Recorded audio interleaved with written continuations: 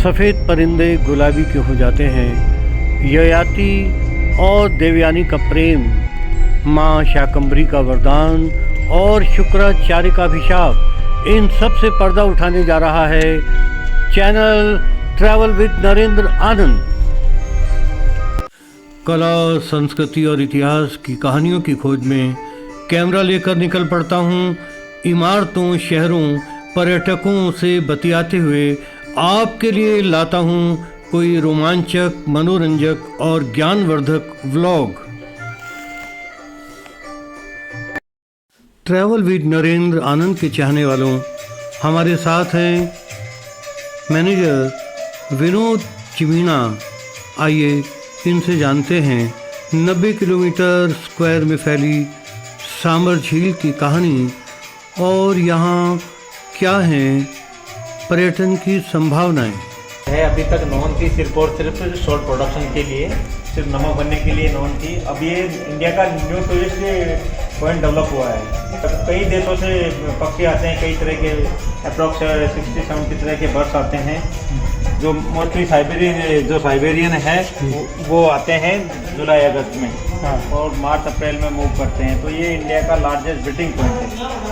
अच्छा बताइए कि दुनिया से परिंदे यहाँ आते हैं, इसको अपना घर समझते हैं, तो क्या भारत की धरती में कोई ऐसी खासियत है? विदेशी परिंदे भी यहाँ आकर के अपना घर बसा लेते हैं। नेचर का ही एक वो माने और वर्षिप मानो इसको, बिकॉज कौन इनको डायरेक्शन देता है? साइबेरिया से आते हैं बाकायदा। जो फॉरेस्ट है इसमें इनकी ट्रैकिंग भी करी हुई है कि ये ग्रुप में आते हैं, साइबेरिया से मूव करके यहाँ पे आते हैं। तो ये कौन इनको ट्रैकिंग, कौन इनका मित्रों देखो, बड़ी अजीब बात है, साइबेरिया से परिंदे उड़ करके यहाँ आते हैं और निश्चित डायरेक्शन उनको मालूम है रास्ते से, और वो ठीक समय पर यहाँ पर आते हैं और यहाँ से फिर वापस वहीं चले जाते हैं। तो ये प्रकृति का चमत्कार ही तो कहेंगे। प्रकृति का चमत्कार सांबर में एक और देखने को मिलेगा आपको। हाँ। आप देखेंगे जो रोड पे जिस तरफ आए इस तरफ पूरा नमक बनता है, उधर की तरफ खेती होती है। तो ये बनेगा। क्या बात है। हाँ। सड़क के एक तरफ खेत हैं, लहलहाते हुए खेत, और दूसरी तरफ लावण्यमय धरती है जहाँ नमक पैदा होता है। इस नमक की खूबी के बारे में बताता हूँ। इस नमक की खूबी, ये इंडिया का प्योरेस्ट सॉल्ट है sir, 99.99 purest salt of India. Purest salt है। आप ये देखेंगे इसको बनने में प्रोसेस है 5 to 6 मंथ लगते हैं। 6 मंथ के जो फार्मिंग होती है, सॉल्ट फार्मिंग होती है। 6 मंथ में सेंस होते हैं। अभी अपन चलेंगे, दिखाएंगे आपको सॉल्ट पैन में कैसे सॉल्ट बनाया जाता है। तो 6 महीने में तैयार होता है। तो इसलिए इंडिया का प्योरेस्ट सॉल्ट है। आप देखेंगे प्राइवेट कहीं पे भी है, 10 दिन में 15 दिन में सॉल्ट तैयार हो, केमिकल डालते हैं। बिल्कुल इसमें कुछ भी चीज़ एड ऑन नहीं करते, सिर्फ नेचुरल प्रोसेस से ही सॉल्ट बनता है यहाँ पे। पहले लोग आते थे ऐसे आके चले जाते थे। आजकल ये टूरिस्ट का बहुत बड़ा पॉइंट है, इसलिए यहाँ से ट्रेन राइड भी कर सकते हैं, ट्रेन में लेके जाते हैं जहाँ नमक बनता है। इसके अलावा हमारे पास हमारा समर है, रोड भी है जिसमें लोग आ सकते हैं, रुक सकते हैं। मीणा जी रवि नूगिया को हमारे साथ नमक झील दिखाने के लिए भेज रहे हैं। रवि जी हमें बताएंगे 4 नदियों से बहकर आए पानी के नमक बनने के विविध चरणों की कहानी के बारे में। पहले कुदरत के नज़ारे की एक झलक देख लो। यह परिंदे जब माइग्रेट करते हैं तो सफ़ेद होते हैं, और जब वापस अपने देश लौटते हैं तो इनका रंग गुलाबी हो जाता है।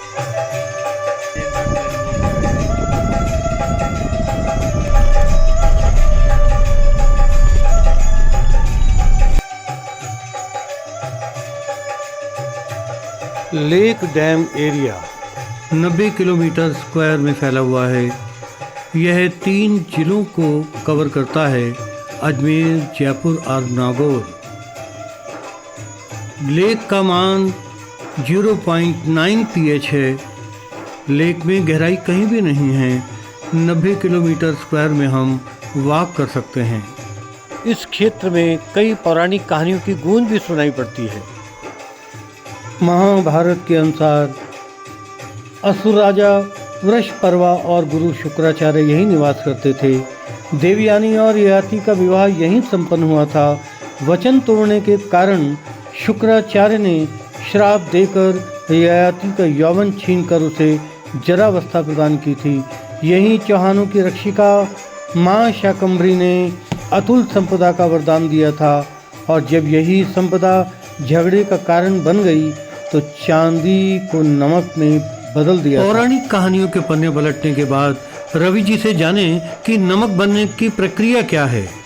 नमक बनने का प्रोसेस सर, उसमें जो बारिश का पानी रहता है, बारिश का पानी बिल्कुल 0 डिग्री पे रहता है, रेनी वाटर।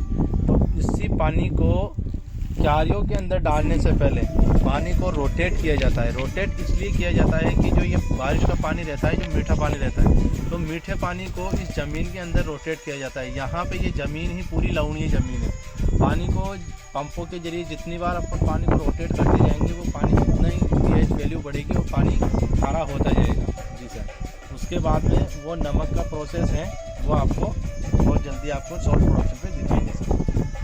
अंग्रेज़ों के ज़माने के इसी पंप से सबसे पहले झील से आए पानी को रोटेट करके आगे भेजा जाता है। रवि जी ने बतलाया अल्काय की मात्रा के अनुसार पानी को अलग अलग स्थानों पर भेजा जाता है। एक तरफ हल्का नमक और दूसरी तरफ ज़्यादा क्षार अर्थात ज़्यादा नमकीन पानी होता है। सॉल्ट प्रोडक्शन की यह क्यारियाँ 10 किलोमीटर दूर तक भी जाती हैं। उसके बाद इस पानी को कैनल के जरिए पंप के माध्यम से रोटेट करते हुए बड़े तालाब तक भेज दिया जाता है। उसके बाद में अब हम फिल्टर पंप एरिया के पास आ गए हैं। यह है सर पंप एरिया, जिसको फिल्टर पंप बोला जाता है।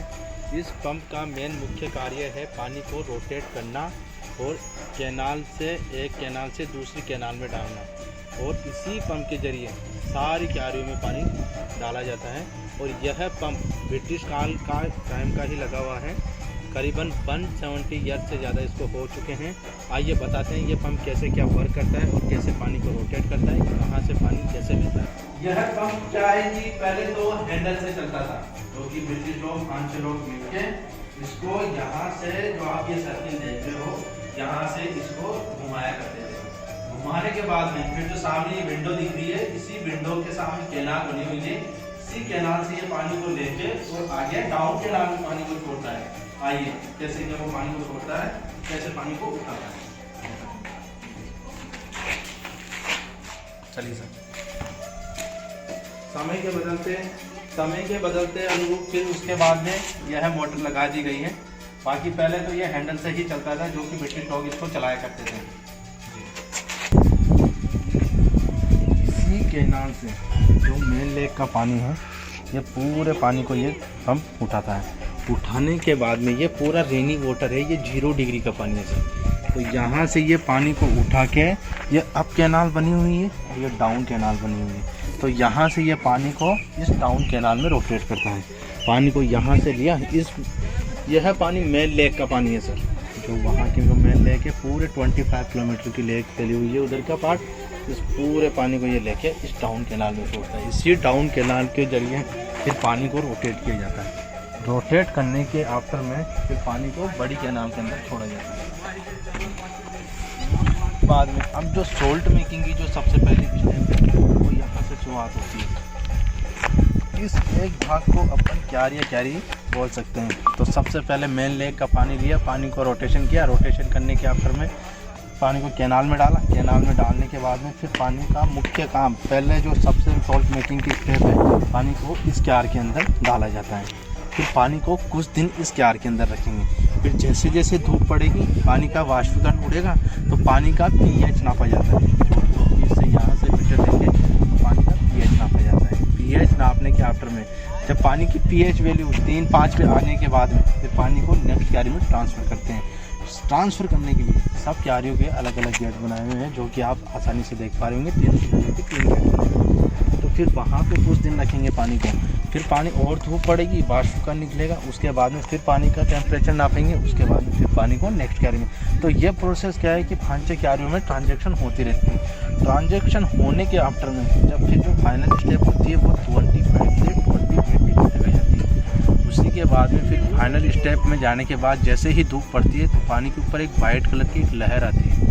लहर आने के बाद में पानी का कलर क्या है कि वो बिल्कुल पिंक हो जाता है, वो फाइनल स्टेप पे आ जाता है। तो वो नेचुरली ही पिंक हो जाता है। पिंक इसलिए हो जाता है क्योंकि एल्कलाइन की मात्रा की वजह से है। जो बर्ड्स भी आते हैं तो वो एल्कलाइन खाने के बाद में ही कलर इनका पिंक हो जाता है। इसी वजह से पानी का कलर भी बिल्कुल पिंक हो जाता है।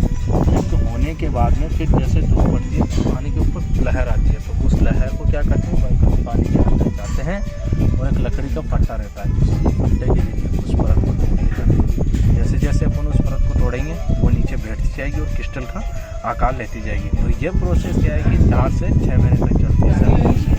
उसके बाद में फिर वो पूरा पानी सर पौष्टिकन बन के उड़ जाता है। उसके बाद में वो 4 से 6 इंच तक क्रिस्टल बन के तैयार हो जाता है। फिर यहाँ से अपने सांभर शहर से ब्रिटिश काल टाइम की एक लोडिंग गाड़ी आती है।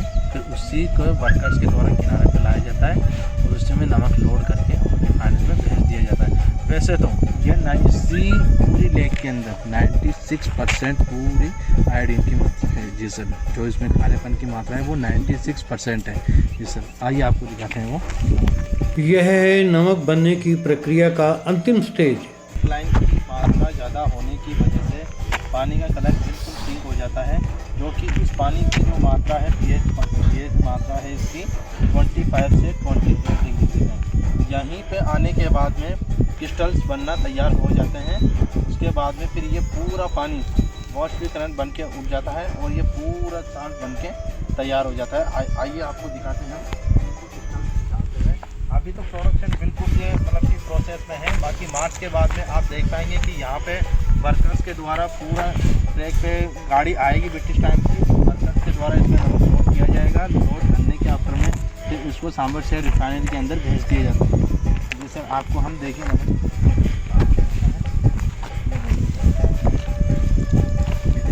बिल्कुल प्योर नेचुरल आयोडीन है सर।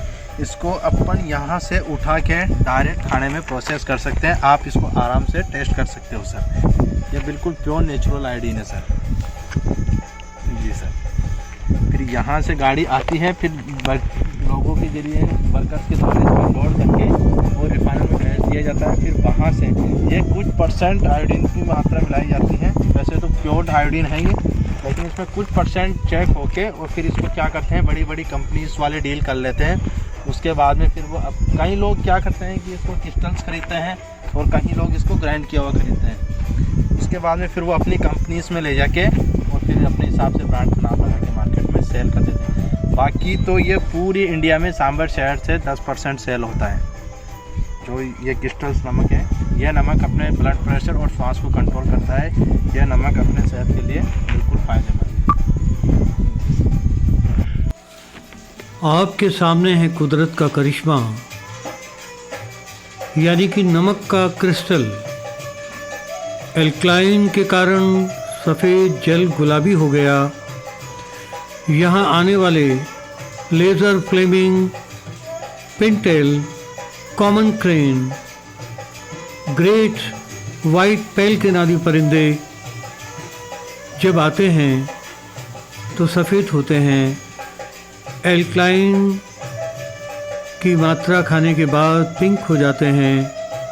आते हैं तो सफ़ेद चादर आसमान में दिखाई देती है। जाते हैं तो यही चादर गुलाबी हो जाती है। दोस्तों, जाते जाते इस अनमोल प्योरेस्ट सॉल्ट क्रिस्टल को देख लो।